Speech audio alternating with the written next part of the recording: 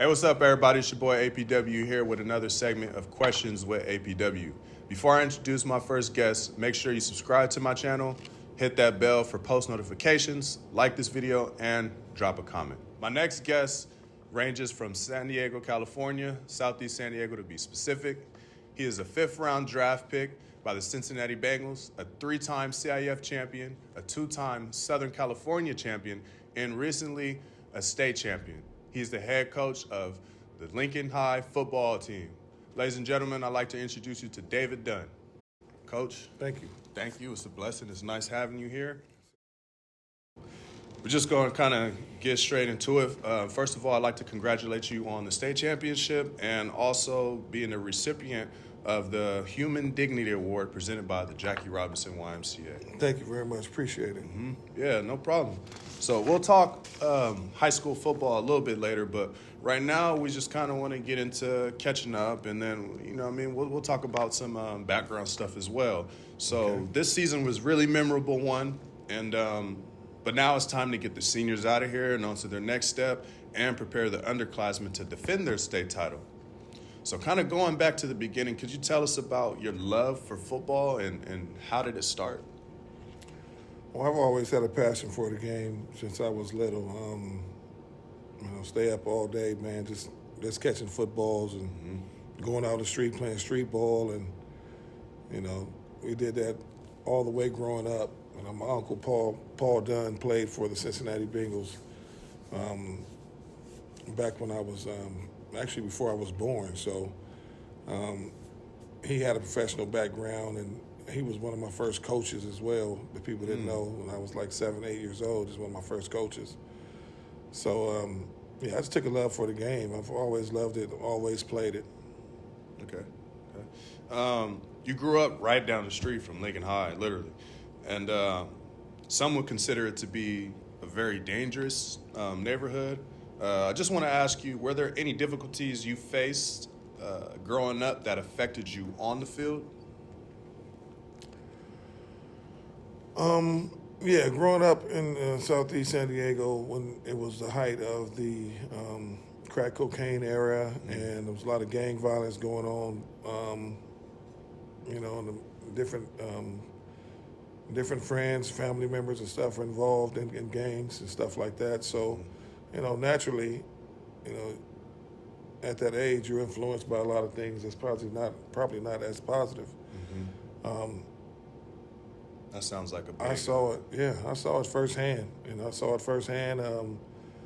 Homes been broken into. I've seen people get shot. I've seen people get jumped. There was no gang fights, the whole nine. Man, that's football. It sounds like football was really an outlet then. Well, definitely. Well, my main turning point was when my favorite cousin, who was an awesome football player as well, Glenn Patchett. He was a really good football player, and he made the wrong decisions, and he ended up getting arrested and having to serve some time, and he was staying with me at the time. So I saw that firsthand, but he was always, he would never let me get involved in any of the nonsense, and I always respect him for that. I have nothing but love for him for that. He would never let me get involved of whatever was going on, and we wanted to, young and influence. Yeah. No, this ain't for you. You can't do this. You can't do this. When he went to prison, I focused fully on football. My focus went straight to football, and that was it. So, that happening to him opened up my eyes because it was right in front of me. Yeah. But also him protecting me from it and guiding me to a different direction. It's always been something I keep near and dear to me. Yeah. Got you. You speak a lot about grades and the importance of just being as good in the classroom as you are out on the field. Can you let us know where the root of that thought process and way of thinking came from? Well, like I said, I could have easily been headed down the wrong road, and football was natural to me, but I did not apply myself in the classroom at all. I showed up late. I tried to beat the system every chance I possibly could. I wanted everything given to me. I just was not buying into it academically. And so when I finally, I played as a freshman and I played as a senior. People don't know that. In between there, I carried a 0.83 GPA.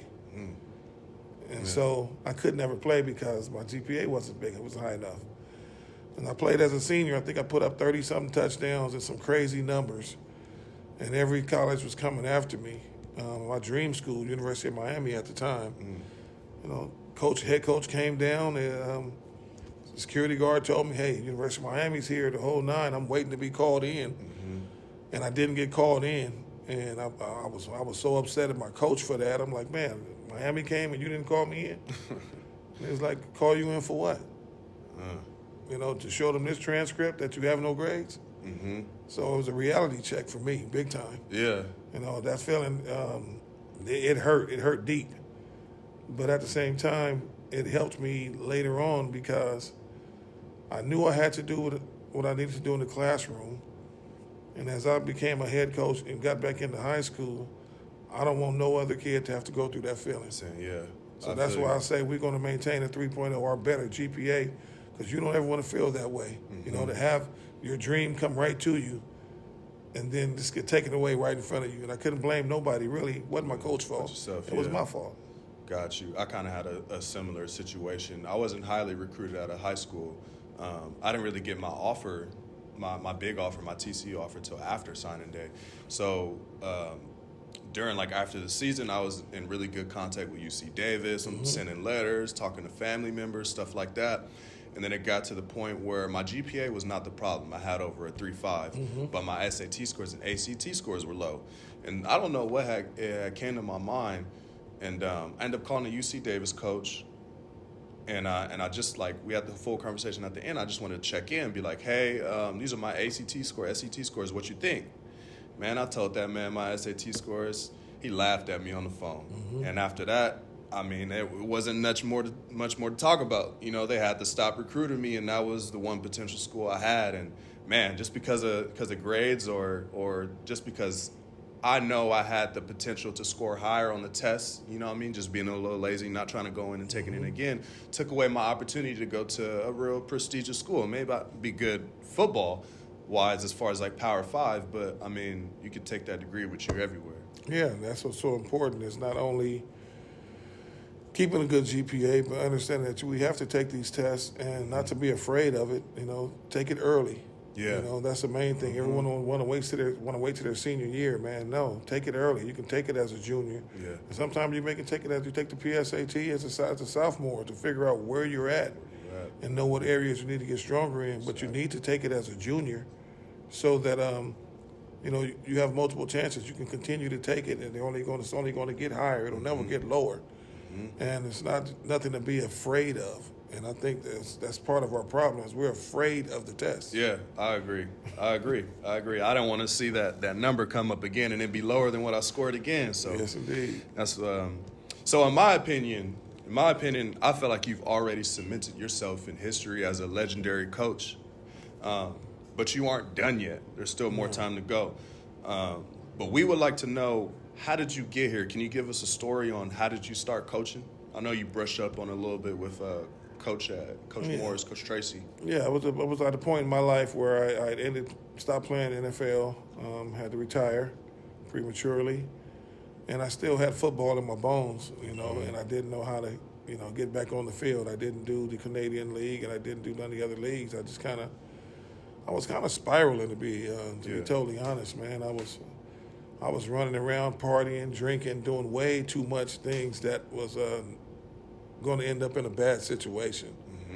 So that call from Coach Tracy, get up, man, come out here and coach with me, was really a lifesaver. And of course, I'm kind of ready to coach receivers. He's running the wing T system.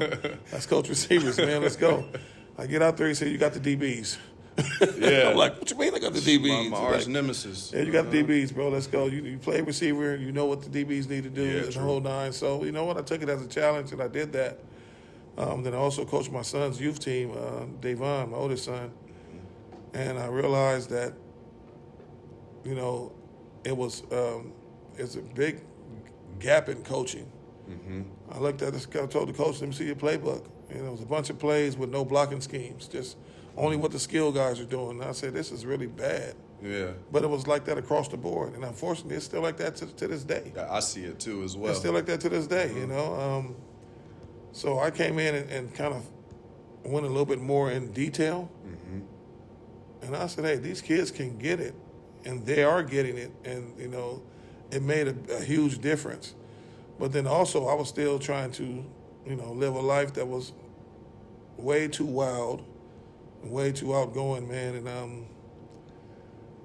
I remember something taking place at practice one day and that just wasn't, you know, it just didn't look right to me, didn't look right, period. It was like, you notice real quick that the kids, they'll listen to you, but they watch you more than they listen to you. They see what you're doing and they emulate what you do more than what you say.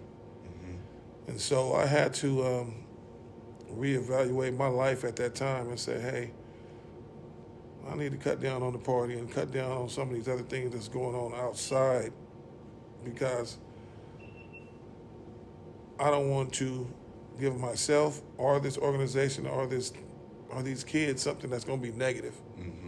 You know what I mean? I seen their eyes were lit up and they were listening and they were watching. And it made me realize, hey, I have to be the best version of me that I can, because that's what they're going to look at. So I changed a lot of things about how I carried myself, started making better choices. You know, I can't get a DUI, I can't be hanging out, I can't be doing all this extra stuff. And I'm telling these kids they need to go to bed early and be prepared for things, and I'm not doing it myself. You know, so I had to reevaluate my life, and in a sense, I'll say it saved my life, honestly, because I was really headed in the wrong direction. So, you know, coaching became a purpose. You know, a coach with a passion, but coaching with a purpose is different. You know, I want to be here. I want to see these kids successful. It's not just about football. We're going to talk academics. We're going to talk personal things in your life. I want you to trust me, understand that I'm here. And I think that was God's way of showing me, hey, this is where I want you to be at. This is what I want you to do. I'm not even close to being done yet. I have so much work to do. Yeah, I agree. And like you said, it's a difference from coaching with passion than coaching with a purpose. Yes, sir. You have a purpose given to you by the Lord, so it's only right you fulfill it. Dang, that's crazy. I'm going to move on to this next question, but before I start, you probably don't remember this, but I came down to San Diego after I graduated from Portland State, and I was trying to pursue the pro route, and I had spoken to you about it. And one of the things, probably the only thing I remember from the conversation, was you told me to watch the partying, you know, watch the extracurricular activities, because you're going to put your head up, and next thing you know, 2-3 months going to be passed by, and you got a week or two to prepare. Yeah. So, yeah, that's crazy hearing you say that. Indeed. So going into more of like Lincoln High football stuff, it's been a strong tradition to wear the number 2 here at Lincoln. Can you tell us how that started and the importance of number 2?